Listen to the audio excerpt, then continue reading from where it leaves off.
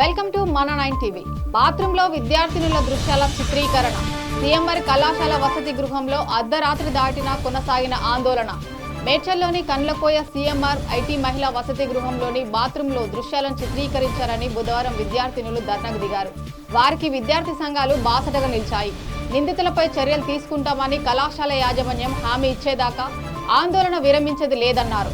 కొద్ది రోజులుగా కొంతమంది బాత్రూంలో విద్యార్థినుల వీడియోలు తీశారని యాజమాన్యం దృష్టికి తీసుకెళ్లారు. వెంటిలేటర్ నుంచి వీడియోలు తీశారని వార్డెన్కు తెలిపితే విద్యార్థినులనే చులకన చేసి అసభ్యంగా మాట్లాడుతున్నారని ఆవేదన వ్యక్తం చేశారు.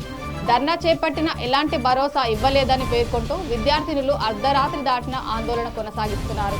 విద్యార్థి సంఘాల నేతలను లోనికి అనుమతించకపోవడంతో గేటు బయటే ధర్నా చేపట్టారు. సెక్యూరిటీ గది అద్దాలు ధ్వంసం చేశారు.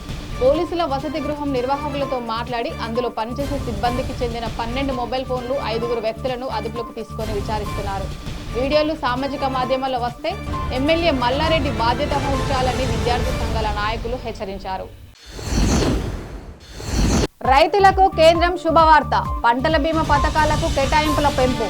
కొత్త ఏడాదిలో రైతులకు కేంద్ర ప్రభుత్వం శుభవార్త తెలిపింది.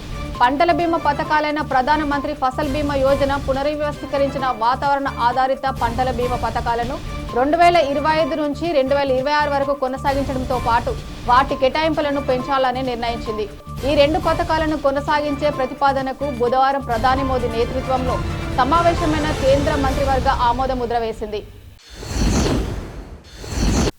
నన్ను ఏదోలా జైలుకు పంపే కుట్ర. రేవంత్కే కాదు, ఆయన తాత ముత్తాతలు దిగొచ్చినా భయపడేదే లేదు.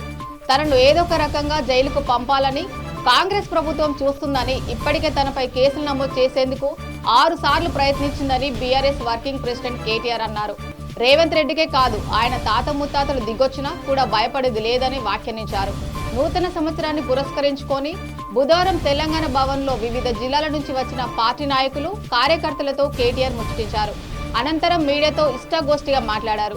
ఫార్ములా ఈ రేస్ విషయంలో అవినీతే లేనప్పుడు ఏసీబీ కేసెందుకు? ఏసీబీ నమోదు చేసిన ఎఫ్ఐఆర్ తప్పుల తడకగా ఉంది. ప్రభుత్వ ఆదేశాల మేరకు సంబంధం లేని అంశాలను ఇరికించారు. రాష్ట్ర ప్రభుత్వం రాజకీయ వేధింపుల కోసం ఈ కేసును వాడుకోవాలని చూస్తున్న న్యాయస్థానాలపై, దేశ న్యాయ వ్యవస్థపై మాకు పూర్తి నమ్మకం ఉంది.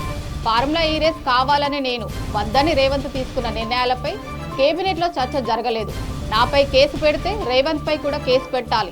ఇక్కడ ఫార్ములా ఈ రేస్ రద్దు వల్ల 600 కోట్ల నష్టం జరిగిందని గుర్తించాలి. ఇందిరమ్మ ఇళ్ల సర్వేను వేగవంతం చేయాలని వరంగల్ జిల్లా కలెక్టర్ సత్యసారథి చెప్పారు.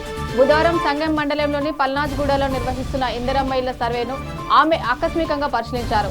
ఈ సందర్భంగా కలెక్టర్ మాట్లాడుతూ ప్రభుత్వం ఇల్లు లేని వారందరికీ గృహ వసతి కల్పించాలనే ఉద్దేశంతో గ్రామాల్లో దరఖాస్తులను ఆహ్వానించి దరఖాస్తులను పరిశీలన చేయాలని ఆదేశాలు జారీ చేయడంతో సర్వేను చేపట్టినట్టు చెప్పారు. దరఖాస్తు చేసుకున్న లబ్ధిదారుల్లో కొన్ని కుటుంబాలు జీవనోపాధి కోసం ఇతర ప్రాంతాల్లో నివాసం ఉండటం వల్ల సర్వేలో కొంత వెనుకబడి ఉన్నామని, వారి వివరాలను సేకరించాలని అధికారులకు సూచించారు. మహేష్ బాబు షూటింగ్ ప్రారంభం కానుంది. కథానాయకుడిగా దర్శక దిగ్గజం ఎస్ఎస్ రాజమౌళి దర్శకత్వంలో ఓ చిత్రం తెరకెక్కిస్తున్న సంగతి తెలిసిందే. Working title SSMB 29 Durga Arts పై KL నారాయణ నిర్మిస్తున్నారు. అమెజాన్ అడవుల నేపథ్యంలో యాక్షన్ అడ్వెంచర్ భారీ బడ్జెట్ తో తెరకెక్కిస్తున్న ఈ చిత్రం ఎప్పుడెప్పుడు ప్రారంభమవుతుందా అని సినీ అభిమానులంతా ఎదురు చూస్తూనే ఉన్నారు. ఎట్టకేలకు వారి నిరీక్షణకు తెరపడేలా ఉంది. నేడే ఈ సినిమాను హైదరాబాద్ లో పూజ కార్యక్రమాలతో ప్రారంభిస్తున్నట్లు తెలిపింది. కాగా ఈ సినిమాకు గరుడ అనే టైటిల్ పరిశీలనలో ఉన్నట్లు టాక్. దాదాపు 1000 కోట్లతో 2 భాగాలుగా తెరకెక్కిస్తున్న ఈ చిత్రంలో హీరోయిన్ ప్రియాంక చోప్రాను ఎంపిక చేస్తున్నట్లు వార్తలు వచ్చాయి.